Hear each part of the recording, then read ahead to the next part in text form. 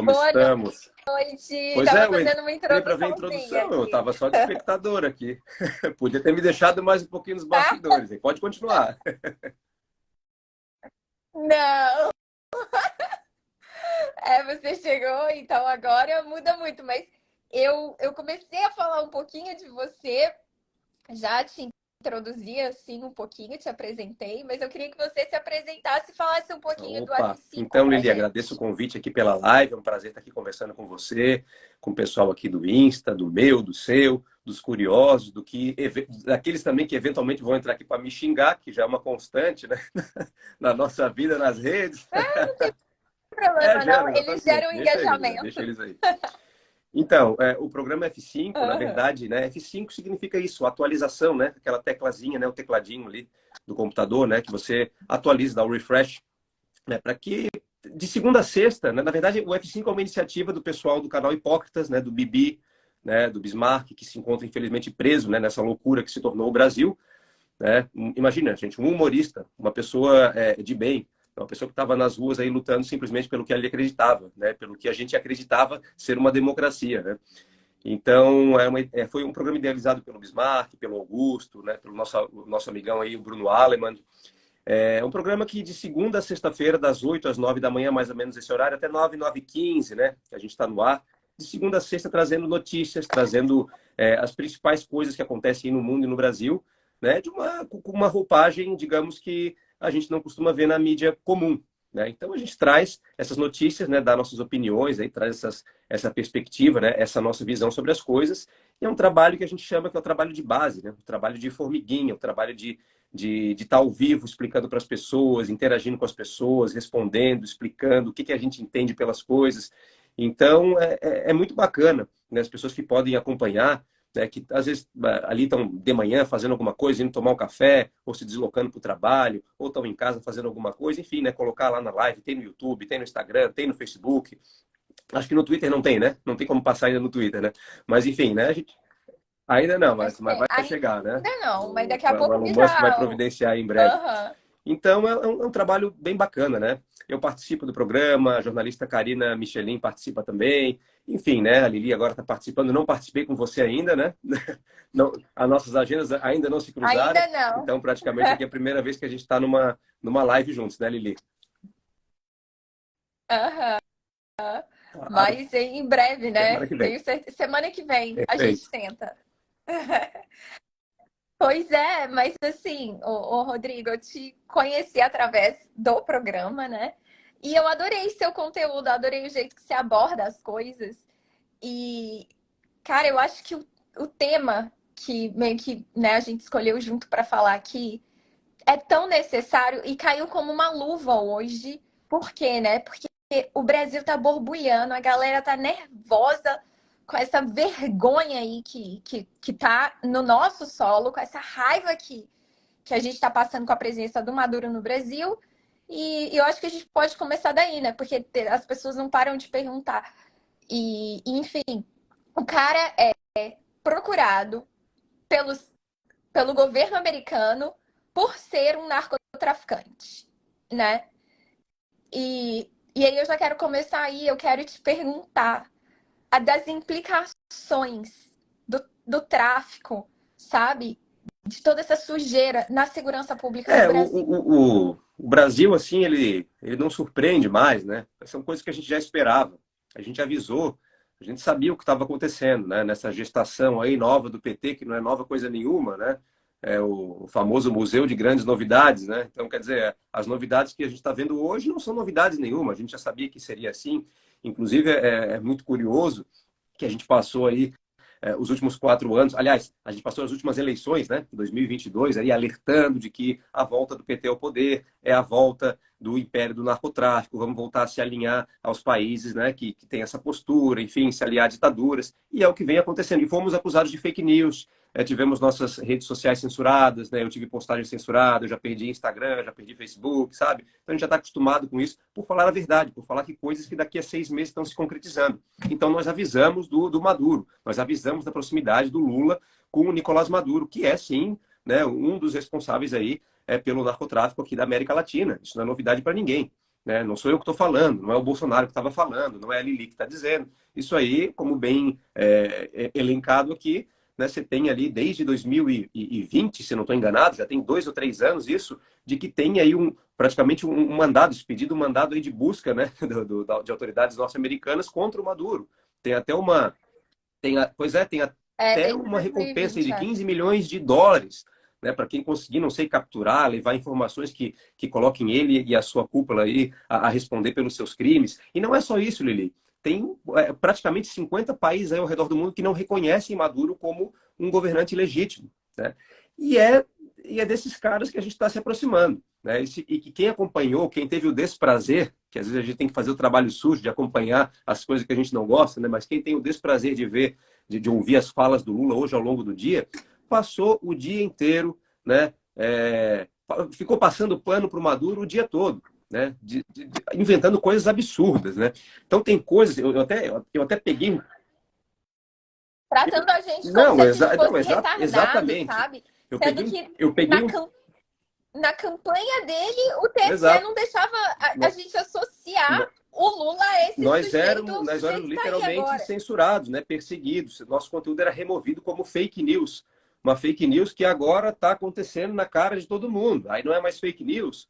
Né? Então, agora que a gente já foi acusado, que a gente já teve nossas redes sociais aí derrubadas, voltamos em shadow ban, né? E aí? Aí quem é que paga por isso? Mas voltando aqui né, as coisas absurdas que o Lula fala, olha o discurso do Lula hoje, isso aqui é um trechinho só. O Lula dizendo aqui, né, vou abrir aspas, né, é inexplicável um país ter 900 sanções porque outros países simplesmente não gostam dele. Como se fosse uma questão de gosto, né? Ah, eu não gosto da Venezuela. Cara, como se. Eu acho que são 7 milhões de venezuelanos Já tem espalhados, não mais, são, pelo né? mundo? Essa era uma previsão ali do ano passado, que já estava chegando nos 8 milhões. Eu não sei como é que estão os dados agora, né? São dados que não são tão simples de encontrar, mas certamente já se passaram dos 8 milhões de refugiados. Gente, a Venezuela não tem 30 milhões de habitantes, sabe? Você tem ali a Síria em guerra há anos, né? Naquele inferno que eles vivem, debaixo de guerra, e tem menos refugiado do que a Venezuela. Né? Veja o que o socialismo faz, né, com o seu próprio país. O PIB da Venezuela derreteu aí quase 80%. Acho que, se eu não estou enganado, 75%. Aí, aí o cara vem hoje, em frente à nação, dizer que a gente está exagerando, entendeu? Que realmente que o Maduro é vítima de uma injustiça, de um bullying, Como se fosse a entendeu? questão Como de se fosse um gosto, né? santo ali. Aí o Lula, continuando aqui, o Lula ainda diz assim, ó, eu acho que o companheiro Maduro, companheiro Maduro, né, ele precisa construir a sua narrativa para virar esse jogo e a Venezuela voltar a ser um povo soberano. Quer dizer, para o Lula é uma questão de narrativa, não importa a realidade. Não importa que o PIB esteja destruído, não importa que a população esteja aí em 90% abaixo da linha da pobreza, né? Não importa que tenha 7, 8 milhões de refugiados, talvez até mais. Né? O que importa é criar uma narrativa para rebater as coisas, porque o Lula é especialista nisso. Né? O Brasil, a gente viu o Brasil, a Uhum. gente viu o poder da narrativa, que a mídia, a imprensa ajuda a construir. Né? Os canais de comunicação, a classe falante, não é só a imprensa, né? São os professores dentro das universidades, sabe? São os juízes falando nos autos processuais, os promotores, advogados. É a classe que fala, a classe que tem instrução, né? São os médicos. Então, as pessoas ajudaram a construir uma narrativa que simplesmente tapou a realidade. Né? E a realidade do Brasil, quando o PT deixou o poder, a gente sabe, a gente estava lá, nós vivemos isso. Sabe? É dado do IBGE, mais de 50 milhões de brasileiros abaixo da linha da pobreza, na miséria, um quarto da população brasileira. Né? E o que o Lula fala, e o que as pessoas acreditam? Que vivíamos num paraíso na gestão petista, que o pobre viajava de avião. É um delírio coletivo e algumas pessoas acreditam. Né? Aí eu chego e falo assim, peraí, tu viajava de avião? Você estava bem assim, comia picanha fim de semana? Eu não. Mas ele acredita que as outras sim, só ele que não. Eu não sei o que as pessoas têm na cabeça. Né? Mas o que eu sei é o poder narrativo, né? O poder que a mídia tem, o poder que esses caras têm de construir história, né, e de convencer as pessoas das coisas mais absurdas do mundo, é realmente algo impressionante. Então, o conselho do Lula para o Maduro faz todo sentido, né? Pô, Maduro, você tem que construir uma narrativa aí para melhorar a tua imagem aí perante o mundo. Só um parêntese nisso que você está falando, Rodrigo, porque eu acho que isso é seríssimo. Eu não queria perder essa parte.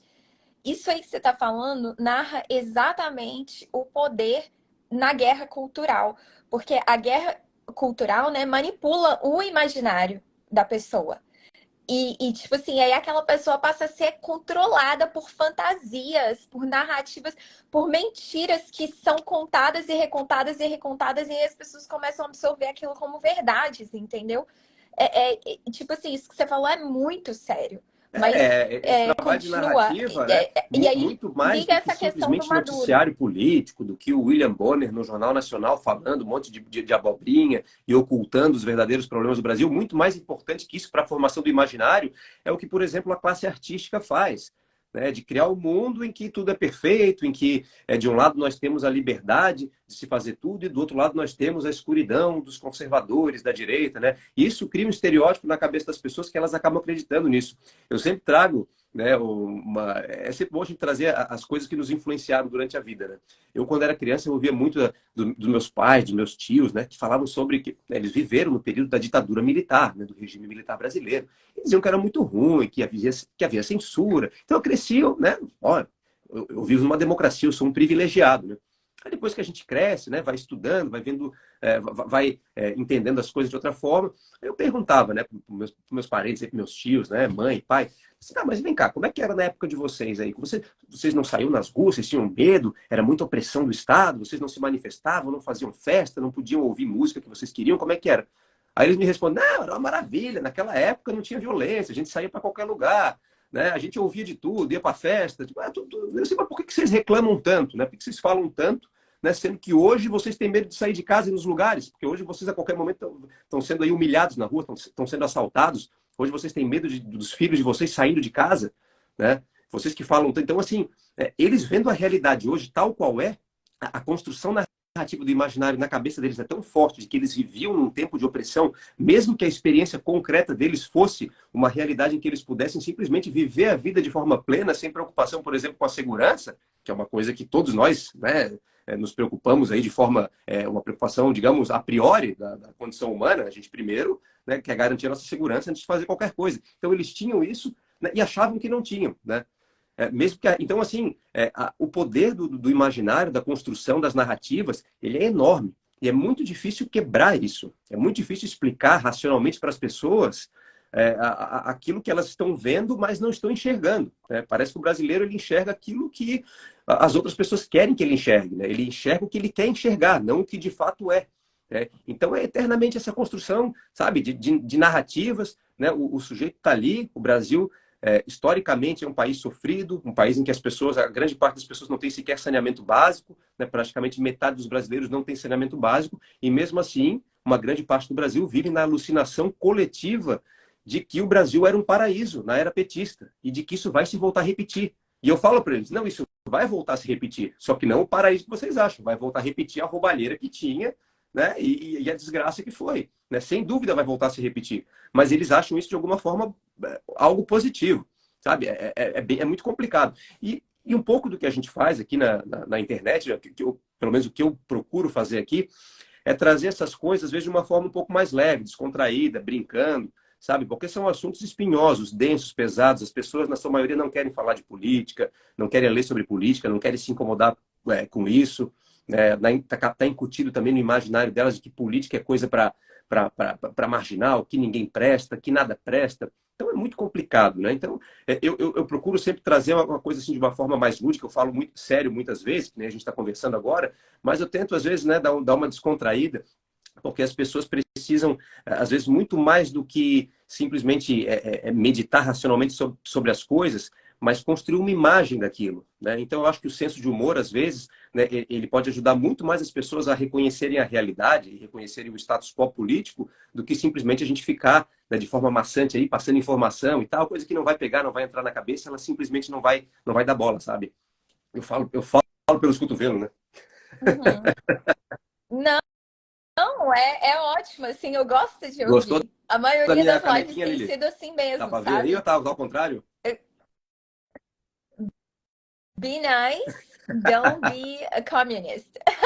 Gostei, adorei, sensacional. Mas olha só, enquanto você estava falando, eu lembrei daquela fala horrível, ridícula do Lula durante a campanha dos roubos de celular, né? Ah, o cara, eu tô cansada de ver os jovens sendo presos, às vezes, porque roubou um celular. Você sabe que 25% dos roubos de celular no mundo, 25% são feitos Eu no achei que eram feitos no Brasil. meu bairro, porque 25% do mundo inteiro é no Brasil. E a porcaria do presidente defende a parada, entendeu? Fala um pouco disso, da segurança olha, pública pra Lili, assim, gente, antes de Rodrigo. Tipo falar. assim, de como que a pessoa se sente saindo na rua. O Não, Estado é claro que o Estado não proporciona proporciona segurança pra segurança. E, gente, aliás, entendeu? essa é a função primordial do Estado. A razão da existência do Estado é promover a segurança das fronteiras, a segurança para a Exato. gente, né, poder sair na rua sem ser assaltado, molestado, se Sim. mover, a segurança É isso que eu tava jurídica. falando Mas no na Brasil, não. No introdução. Brasil, o Estado oferece Aham. tudo. Ele quer até entregar carta. Ele quer decidir o que tu pode comprar na internet, ele quer taxar sua vida. Se você pode Quer ou não mandar nos dirigir, seus ele que vai te dar a carta. O filhos. Estado quer fazer tudo, ele só não cuida da sua segurança. Né? Ao Deus dará. Né? A última coisa que se Aham. investe é em segurança. Né? Então, é lógico que isso é uma. Enfim, né? É uma distopia que a gente vive no Brasil. Agora, se falou do roubo de celular. Da relativização, né, do roubo. Isso que o Lula representa muito bem, né, essa coisa aí de ficar passando a mão na cabeça e diminuindo, né? É só um adolescente roubando um celular.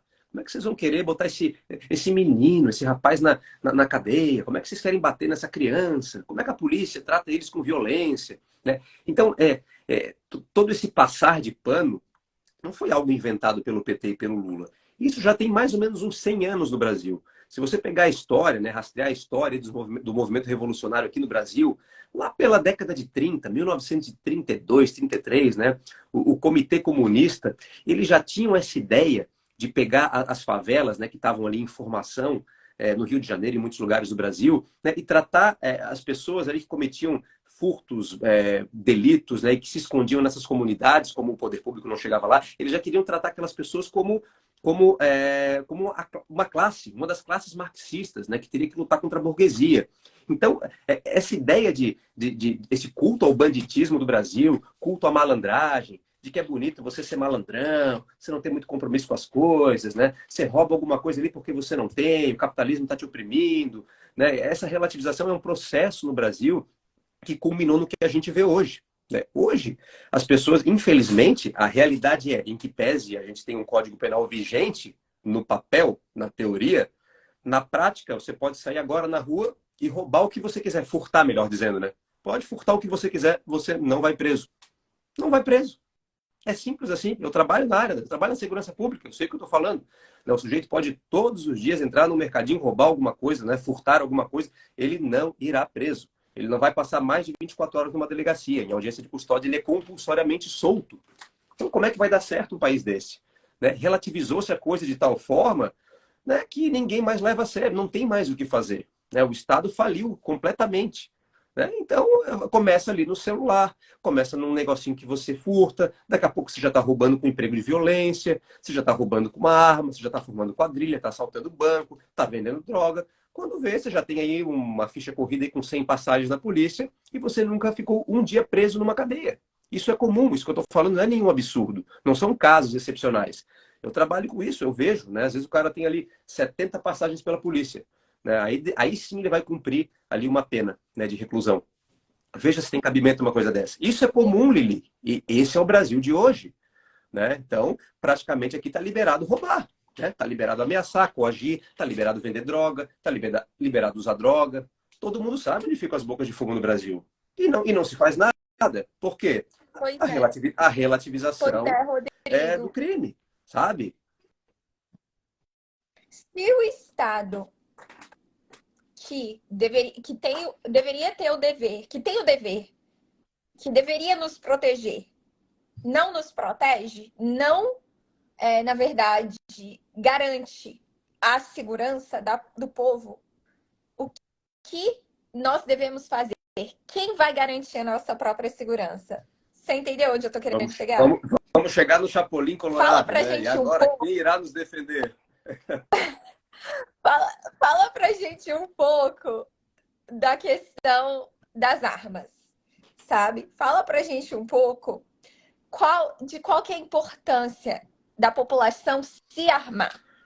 Olha, a gente teve aí 4 anos de experiência concreta, né? Agora a gente tem dados reais, né? A gente tem estatística, matemática, para poder falar, em termos de Brasil, com propriedade sobre isso, coisa que a gente já sabia há muito tempo, né? Que qualquer estudioso que não fosse seguir uma linha tendenciosa aí da esquerda ia chegar à conclusão. Nós tivemos 4 anos em que o povo brasileiro ele começou a se armar, ele começou a comprar mais armas, a venda de armas disparou. As pessoas começaram a possuir arma em suas casas, né? Então a venda foi lá para cima, né? Ao passo, enquanto a venda de armas subia, mas eu falo venda de arma na mão das pessoas de bem, né? Cidadão de bem, esse termo que a esquerda tanto odeia, tanto abomina. Porque o cidadão de bem, afinal de contas, ele não comete crime, ele trabalha, né? Ele gera riqueza, por isso que a esquerda odeia tanto, né? Lógico. Então, as pessoas decentes aí comprando armas, se armando, não fez com que a taxa de homicídio subisse. Porque a lógica, né, que eles apregoam aos sete ventos é de que quanto mais armas uma sociedade tem, mais violenta é. E se você, por incrível que pareça, se você jogar isso no Google agora, armas de fogo, porque o índice de homicídio no Brasil... Joga homicídios, arma de fogo, joga no Google, né? Vai aparecer ali aquela listagem de perguntas e respostas, né? Você clica ali, eu fiz isso esses dias. Por que no Brasil a taxa de homicídio é tão alta? A resposta do Google era: porque no Brasil existe uma grande circulação de armas. Olha a resposta. É uma mentira flagrante. Nós tivemos nos últimos 4 anos uma maior circulação de arma entre as pessoas de bem e a taxa de homicídio, inclusive, despencou. Não por causa disso, mas isso prova de uma vez por todas que não aumentou, né? Ela despencou por outros fatores também. O Bolsonaro falou isso aqui no CPAC de Washington para os Os americanos já e eles sabem disso, né? aplaudiram, Os assim, tipo, ele americanos sabem. E até porque aí nos Estados Unidos vocês vivem ali um verdadeiro republicanismo. Então, assim, cada estado ali mais ou menos tem suas sim, regras, né? Por exemplo, eu sou aqui de Santa Catarina. Santa Catarina, adivinhe, é o estado mais armado do Brasil, né? Em termos de população ali, de pessoas por arma de fogo. Né? E adivinhe qual que é um dos estados mais seguros para se viver no país? É Santa Catarina. Né? A cidade mais armada de Santa Catarina, que é Jaraguá do Sul, né? Que mais pessoas têm arma, que tem aquela cultura do tiro, festival de tiro, né? Clube de tiro. A cidade que mais tem armas é a cidade menos violenta. Né? É claro que armas não geram violência. O que gera violência, por óbvio, é a impunidade. Só que isso virou um tabu. A gente não podia falar sobre esses temas, ainda não pode, né? Não é aceito ainda no debate público. Né? Então, a impunidade é a mãe da violência. A gente sabe, a impunidade é a mãe da reincidência. Não tenha dúvida nenhuma disso. Né? Agora, assim, como é que a gente muda essa cultura? Difícil, né? Pode falar. Rodrigo, e desculpa eu te fazer perguntas óbvias, mas é porque, assim, às vezes a intenção que eu tenho nessas lives é de fazer as pessoas refletirem mesmo. Porque, com base nas pessoas que eu conheço, do meu meio, eu sei que muitas pessoas não param e fazem esse exercício de reflexão do porquê que as coisas são do jeito que elas são no Brasil. E aqui eu aprendi, né, com os meus amigos da política, vendo tantos vídeos do próprio professor Olavo, né, que eu sei que você também tem como mentor. A gente entende que a gente tem que parar e analisar certos porquês. Então, eu Claro, quero fica à te vontade. fazer essas perguntas, sabe? Do, do porquê que o governo da esquerda no Brasil, por que que ele favorece tanto a impunidade e como que esse governo faz o orçamento dele, de onde ele tira a verba dele, de onde ele tira, tipo assim, entendeu? Como que ele sobrevive? Como que esses partidos sobrevivem? Como que o Foro de São Paulo sobrevive? Por que que ladrão vota em Lula? Por que que Lula e companhia conseguem entrar nos morros onde quem comanda é o tráfico? Por que que eles são aclamados pelo PCC e pelo Comando Em Vermelho? resumo. Entendi. Você quer saber por que que depois da vitória de Lula nas urnas, as cadeias estavam comemorando? As cadeias do Brasil todo estavam aplaudindo em festa, né? Também. Não, isso é fácil de Tudo responder, é isso. lógico, né? O bandido está preso ali, mas ele não é burro, né? Ele sabe quem o protege, quem o favorece, né? Quem vai o priorizar. Né? Que fique claro, a gente não quer viver aqui num sistema totalmente desumano em que a gente vai transformar cadeias e centros de detenção em centros de tortura. Não se trata disso. Né? Mas, sem dúvida alguma, você vai ter governos que priorizam, né, aquele que comete crime, que priorizam o criminoso, que estão mais se importando com as políticas públicas que favorecem o criminoso, e vai ter, né, um outro tipo de político, um outro tipo de gestor que vai priorizar as vítimas, né, em primeiro lugar, né, que vai ter uma escala de prioridade diferente. Então, o marginal ali, ele sabe onde ele vai estar mais favorecido, né, não tenha dúvida nenhuma. Né? Então, eles sabem que, por exemplo, o governo Bolsonaro, em que pese o Sérgio Moro tinha dado, né, deu aquela mancada de sair do governo, né, aquela bobagem lá que ele fez, né, que custou caro para a carreira política, para a carreira dele, não a política, para a vida dele, como ele está vendo agora, o colega dele acabou de ser caçado e ele vai ser também. Né? Por quê? Porque acreditou nas pessoas erradas, né? Perdeu o time, perdeu o bonde, né? Enfim. Mas assim, um pouco tempo que o Moro ficou ali, né, o governo Bolsonaro, junto com o Sérgio Moro e com o Congresso, conseguiu aumentar ali a pena máxima do Brasil de 30 para 40 anos. Isso é muito simbólico, né? É uma pena maior. Veja, se você comete um crime, a tua pena pode ser maior. Porque hoje, Lili, você comete um crime aqui, se eu saio agora aqui da minha casa, eu vou ali na rua, assassino qualquer pessoa, sangue frio por qualquer motivo, eu como sou réu primário, eu respondo em liberdade, sabe? Eu vou, sei lá, pegar um homicídio e vou pegar 10, 15 anos de cadeia, só que daí eu vou cumprir um sexto da pena, eu sou réu primário, eu vou ter bom comportamento lá dentro, eu vou trabalhar, eu vou reduzir. Em 3 anos eu estou na rua. Então a vida no Brasil mais ou menos vale isso, vale 3 anos, sabe? Então, Peraí. tô te ouvindo, tava te ouvindo, tava Aí, te ouvindo. uau, Não sei, acho que o o Xandão mandou alguém que aqui em que casa. houve?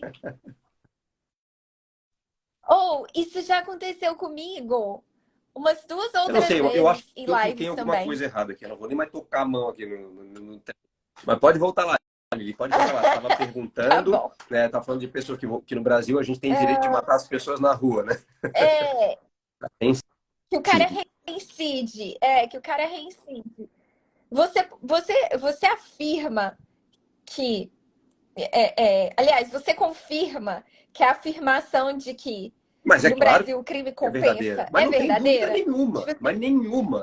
O crime, ele compensa e pois é. muito. Se tem uma coisa Aham. que compensa no Brasil, é o crime, sabe? É fazer o que é errado. O cara, o cara é preso, assim Não, ele pera aí, volta calma, pra calma, rua calma, e calma. aí Você está ele indo muito, você está reincide. muito acelerado. O cara vai preso, isso aí é a última coisa que vai acontecer com ele.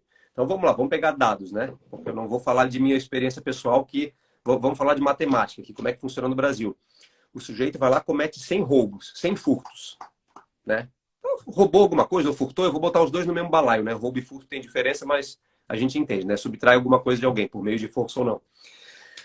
A cada 100 vezes que o sujeito faz isso, né, apenas uma vez ele é pego, ele é reconhecido.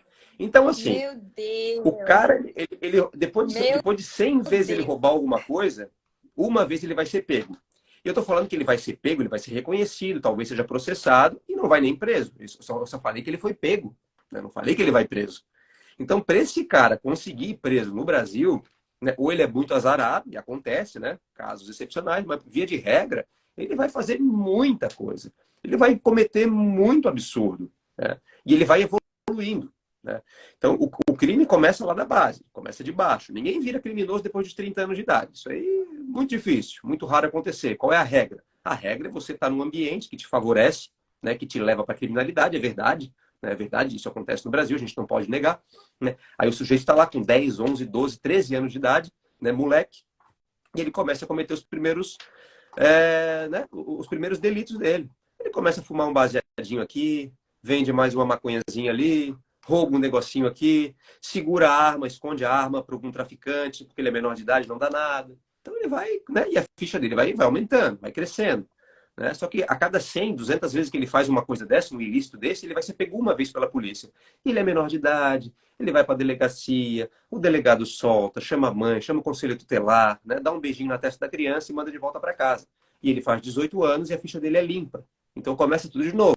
18 anos, ele pode ter 300 BO. A ficha dele limpou. E ele vai lá e começa tudo de novo. Então, assim, para esse cara chegar aí preso, você pode ter certeza, né? A grande maioria deles, né, já tem uma vasta ficha criminal.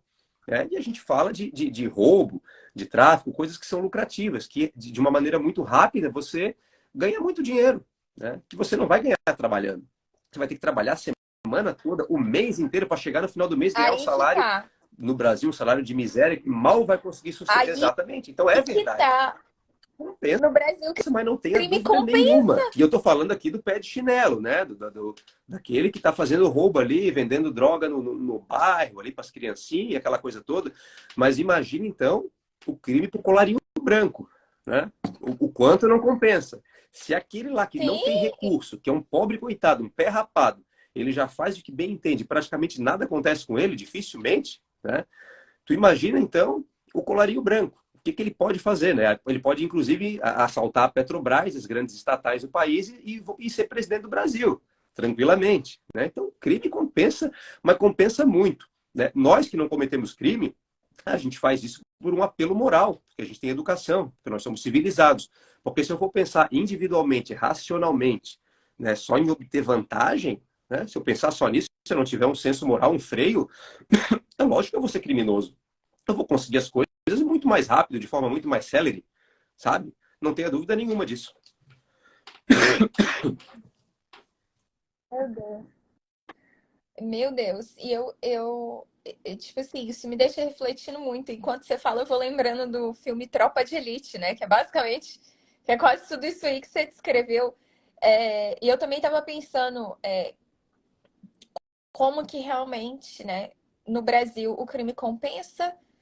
No Brasil, obviamente, as facções criminosas dominam, são armadas até os dentes, têm armamentos de guerra.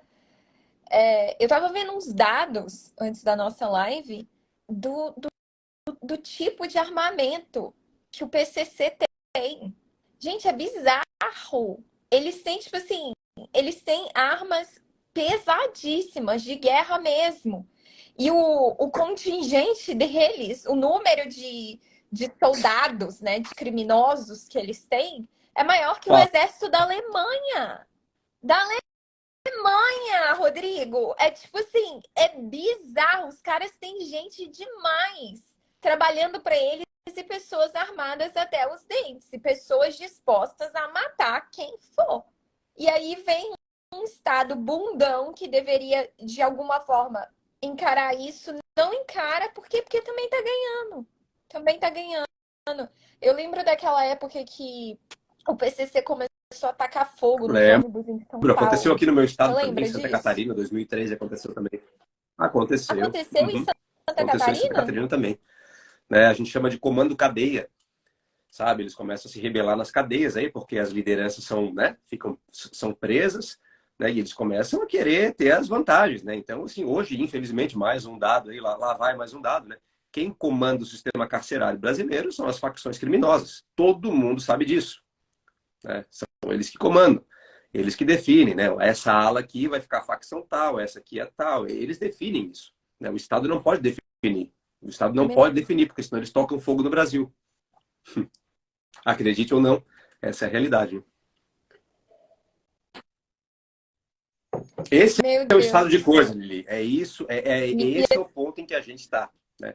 A coisa que eu mais queria, eu enquanto cidadão brasileiro, a coisa que eu mais queria ver, né, era o problema da segurança resolvido. Porque o resto a gente dá um jeito. Educação, a gente dá um jeito, saúde, a gente dá um jeito.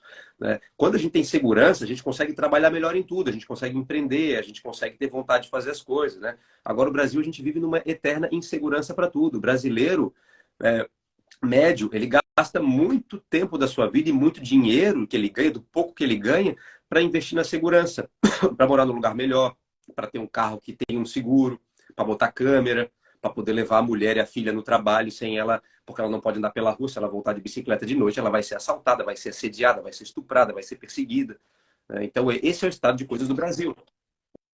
E assim, Rodrigo, fazendo um paralelo com a realidade que eu vivo aqui nos Estados Unidos, todos os brasileiros que eu vejo vindo para cá, tipo, recém-chegados para morar, ou que vêm visitar, né, rapidinho para ir na Disney e depois voltar.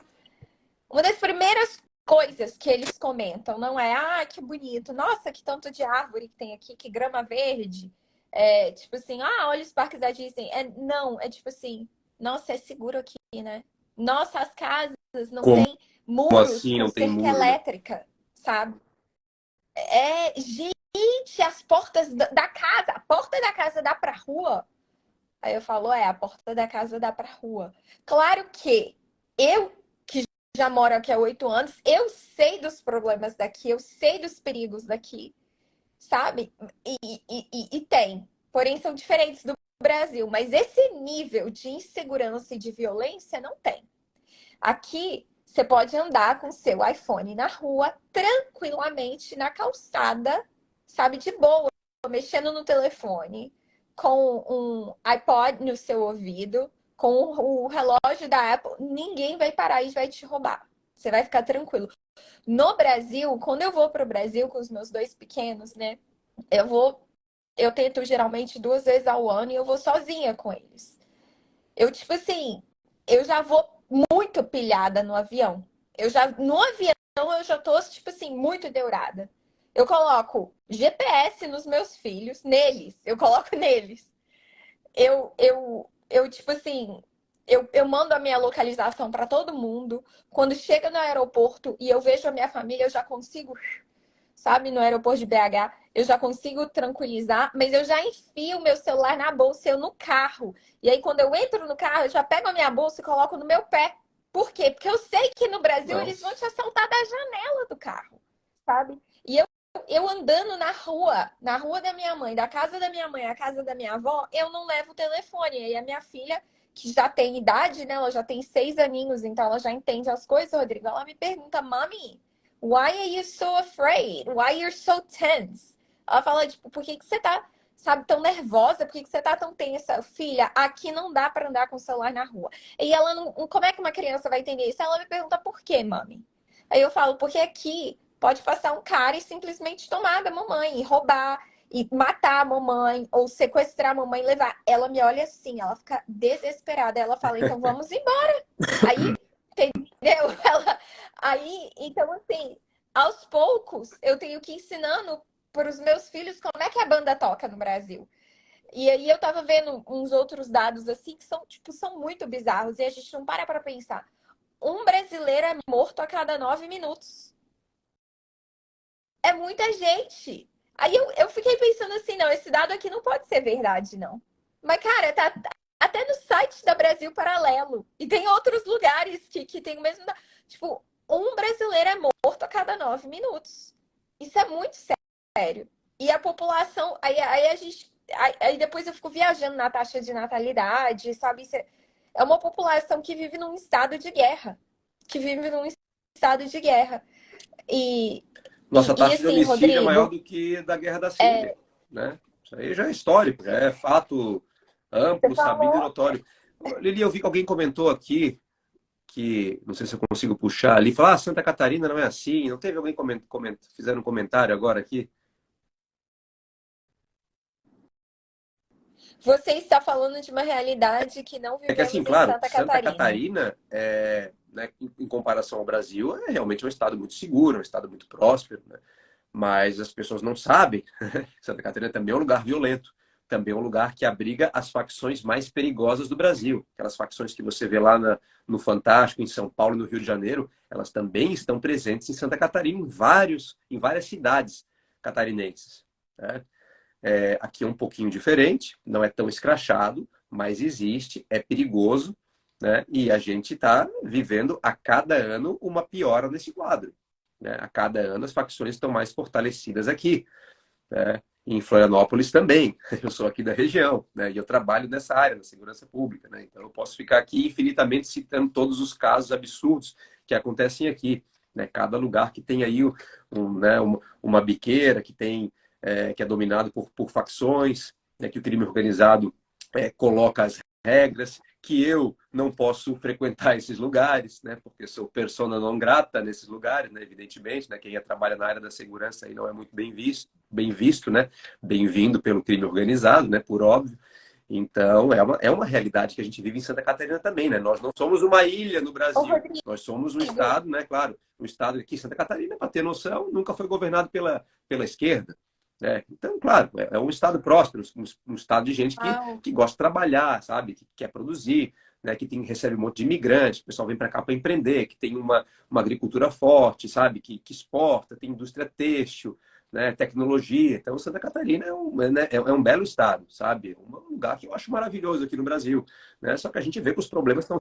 Mas Eu assim... quero Não, claro, muito tem, será muito conhecer. bem-vinda. Tô doida. Mas o que eu digo assim, ó, os problemas que a gente via, né, que 20, 30 anos atrás não tinham aqui em Santa Catarina, hoje tem, né? Hoje a gente tem lugares aí que eu já falo que isso aqui é praticamente o Riozinho, é o mini Rio de Janeiro, né? Não tem tamanho e população para ser tal qual, mas em menor escala, em menor proporção, já está virado nisso.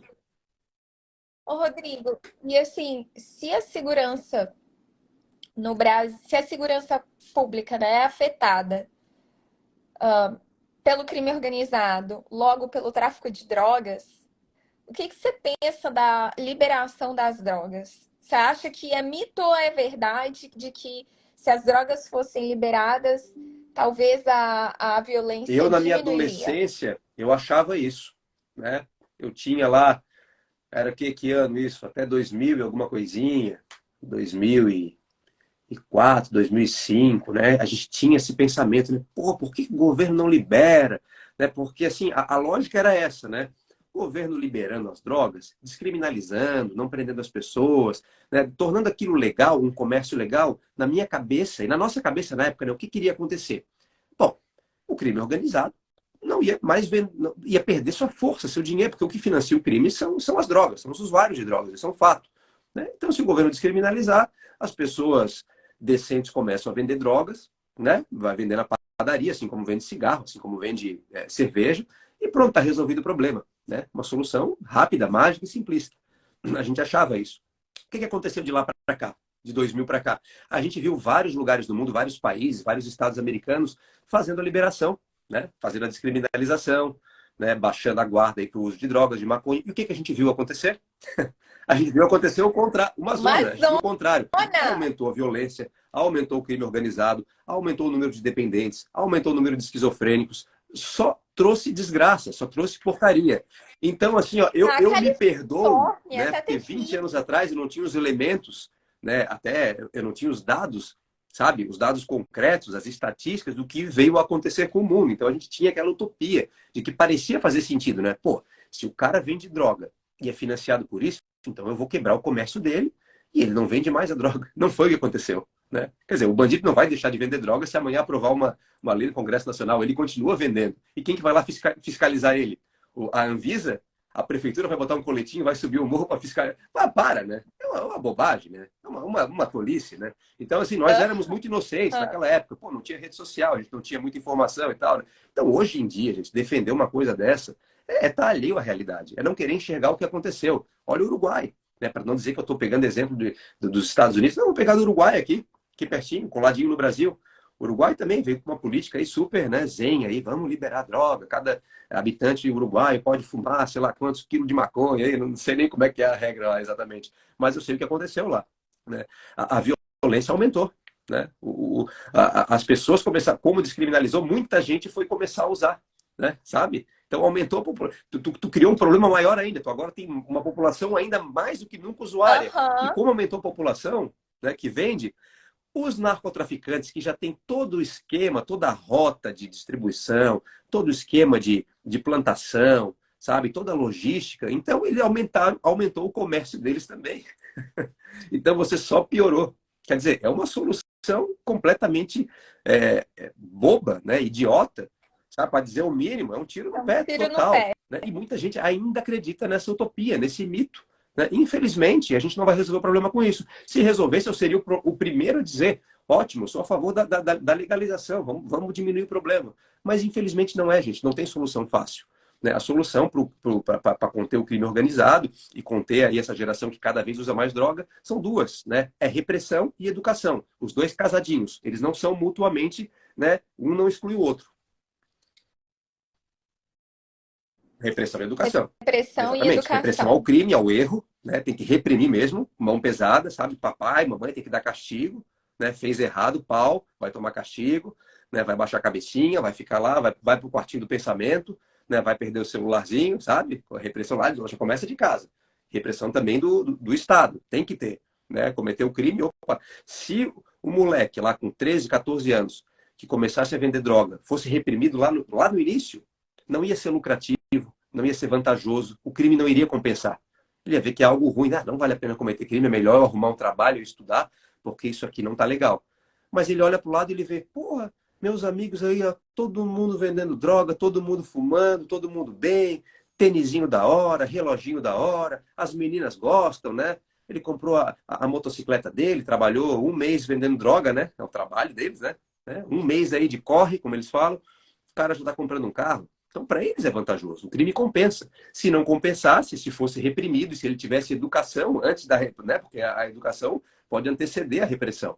Né? Mas os dois têm que caminhar junto. Não adianta querer excluir algum do processo. Não adianta nada só meter porrada e também não adianta só vir com papo de educação, mas na hora de ter pulso firme, simplesmente, né, largar e deixar fazer o que bem entende. Então, né, são essas duas coisas aí que tem que ter. Não tem segredo. Não tem caminho fácil. Ô, Rodrigo, mas assim, o que fazer? O que fazer num país em que o Estado está falido, em que o sistema penitenciário é uma piada, em que o crime compensa, em que os partidos de esquerda detêm o poder e agora detêm o, o executivo e o judiciário, eles só não têm a maioria no legislativo, mas agora é o executivo com dinheiro vai comprar o legislativo também, a gente sabe do esquema de mesada lá, como é que funciona. O que Lili, fazer você não tem uma num pergunta país mais fácil para fazer, assim? não? Porque a única resposta que eu tenho para te dar, com toda sinceridade, ó, a única coisa que tem para fazer é você comprar uma passagem e sair daqui. Essa é a resposta mais fácil.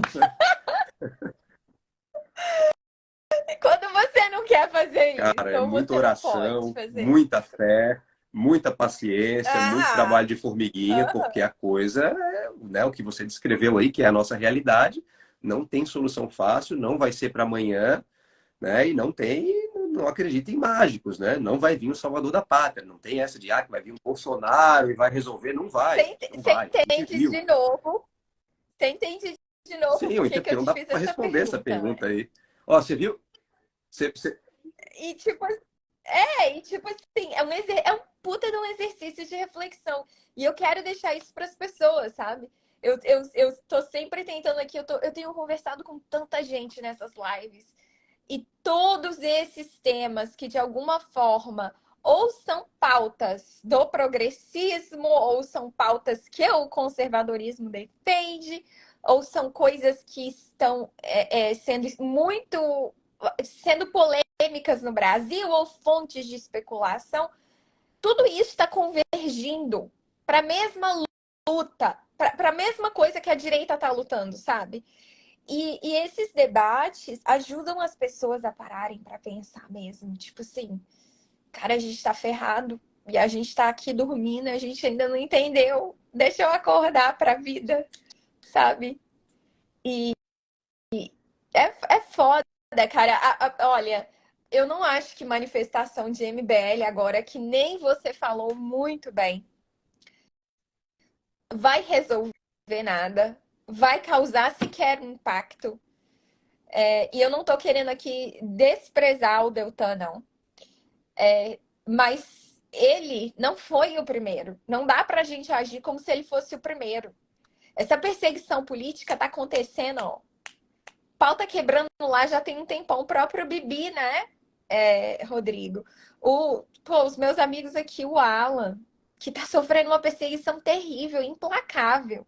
O Daniel Silveira, o Sererê, o Fiuza, a Bárbara, tantas outras pessoas, sabe? O Figueiredo Constantino, o Augusto, né? Todo mundo que, enfim, já foi aí censurado, perseguido, preso, o que for. E agora, e o Deltan não foi o primeiro e Exatamente. não vai ser o Não, último. não vai Eu parar. não acho que isso vai Lógico que parar não. agora. Eles estão imparáveis aí, né? Não é o momento, né? A gente sabe que não é o momento. O que o pessoal agora quer nas ruas é fazer capital político, é tomar o protagonismo das coisas. Eles sabem que não vai adiantar nada, que não vai ter, sabe? O momento agora é uma coisa muito delicada que a gente está vivendo, né? Então a gente tem que fazer uma introspecção aí, tem que se organizar, fazer trabalho de base, fazer o que a esquerda soube fazer muito bem por muitas e muitas décadas antes de tomar o poder de forma Sim, homogênea, né? Então a gente viu que não adianta, não existe sim. democracia no Brasil. A gente passou os últimos 6, 7, 8 anos indo para as ruas, lotando as ruas, dando nossa mensagem, usando redes sociais, falando. Qual foi o resultado de tudo isso? Pau na máquina. Tomamos porrada, fomos presos, fomos censurados, fomos perseguidos, não nos ouviram em nada, em nenhum pleito nosso que a gente ia para a rua manifestar, não fomos ouvidos. Essa é uma realidade. E não vamos ser agora, muito menos agora, né? Que a carreta furacão está aí de novo. Lili, eu vi um comentário aqui que eu achei que é emblemático e é a realidade do Brasil, né? É uma das coisas que responde por que nós estamos nesse buraco ético, moral, filosófico, né, cultural. O Jaderson comentou ali, ó, meu funcionário ganhava R$ 80 por dia, mais R$ 30 de almoço para auxiliar. Então ganhava aí, vamos dizer, R$ 110 por dia, né? E largou para vender droga, porque ganhava mais e era impune. Então tá aí. O crime compensa mais do que trabalhar, né? Ele fica impune, ele ganha mais, ele trabalha menos. Ué, qualquer pessoa que use a lógica, né, sem pensar nas consequências, né, sem o aspecto moral, sem o aspecto civilizatório que a gente herda da nossa família, da nossa educação, pessoa que não tem isso, né, pensando só em termos individuais, pensando em si próprio, é lógico que ele vai entrar para o mundo do crime, né? Então a geração está perdida nisso, né? Sabe? Isso na menor escala, né? O rapaz ali que está começando a vida dele, né? Já começa errado, né? O primeiro emprego dele já percebe que mais vale vender droga do que trabalhar na oficina, do que trabalhar no restaurante, sabe?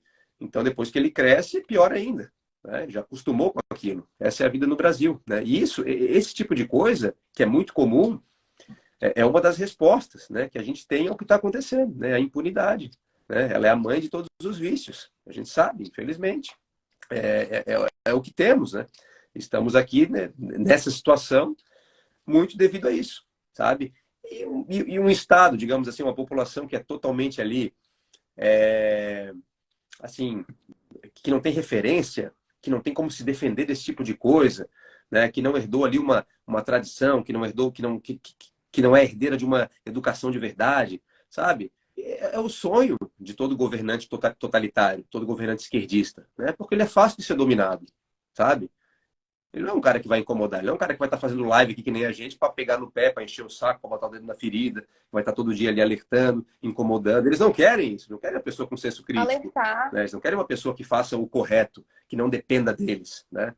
A gente não depende de governo, a gente trabalha, sabe? A gente se vira, né? E eles querem uma população amedrontada, uma população que está rendida ali pelo crime organizado. Isso é vantajoso, né? O Estado vai lá, ele quebra a tua perna, depois ele te oferece a cadeira de roda, sabe? Então é isso, né? O ciclo enfim, as coisas vão se retroalimentando até a gente chegar no estado de coisa que a gente está hoje, né? Um absurdo atrás do outro, não tem jeito.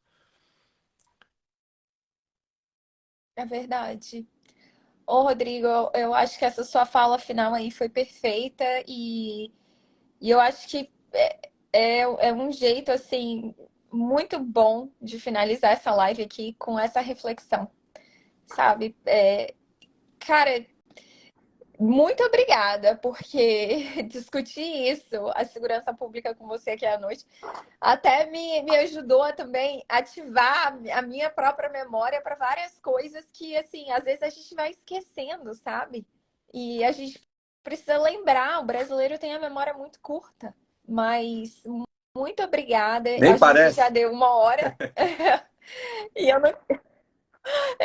falei, gente, eu não vou tomar mais do tempo dele aqui, não, porque já tá dando 1 hora. Daqui, se deixar, eu vou também.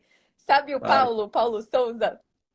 Eu e a gente chegou a uma Caiu. hora e meia, e a live caiu, e Não, mas eu consegui caiu, eu cair antes, perdi antes do tudo. Instagram Aí derrubar, ele eu já voltou, caí, né? Aí eu não sei se ele começa a cair de novo. você caiu, é. Mas então aí a live caiu, mas eu perdi a live inteira e a live foi incrível. Tanto é que a gente ficou uma hora e meia falando, tipo, não parecia, mas enfim, não vou cometer o mesmo erro que Isso, você, que eu isso. quero Vamos salvar a salvar a live. live aí. Vamos salvar, me bota de colaborador É, aí e vamos mas eu deixar, né? queria te. Vamos deixar, vamos produzir certeza, prova com contra nós certeza. mesmos. Daqui a pouco eles chamam a gente na CPI, né? Assim, ó, a live lá, o que vocês falaram? Chamaram a gente tudo de vagabundo. Ai, É, meu Deus do vamos céu. entrar para a lista O negra. que a gente não Lista da inventa, né, Lili? O ação. que a gente não inventa, É, cara? Mas é isso, né? A gente não pode se omitir. Eu que agradeço. Um prazer estar obrigada, aqui viu, falando contigo, tá? Rodrigo? Estamos aí. E vamos nos cruzar qualquer dia Ah, o ali. Acho que prazer é essa todo semana não meu. vai dar, né? Mas semana que vem, né, para a gente fazer o programa lá do F5, apresentar juntos aí. Aham, Né? Tá certo? com certeza. Amanhã Você é Karine. Amanhã eu e a Karina, hein? Ai, meu Deus. Maravilha. Tchau, tchau. Boa noite, Obrigada, minha querida. Um Rodrigo. beijão Boa aí. noite. Valeu, Boa noite a obrigado. todo Valeu, mundo que pessoal. assistiu, gente. Tchau.